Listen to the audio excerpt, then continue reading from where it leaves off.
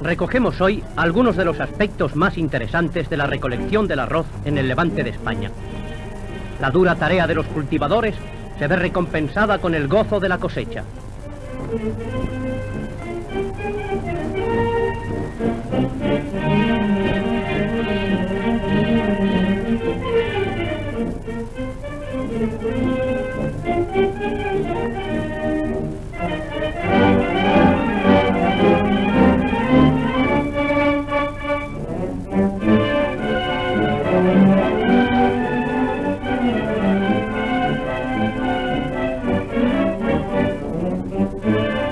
Y por los canales, a impulsos del viento que henchirá sus velas, las barcas trasladan el arroz a los molinos.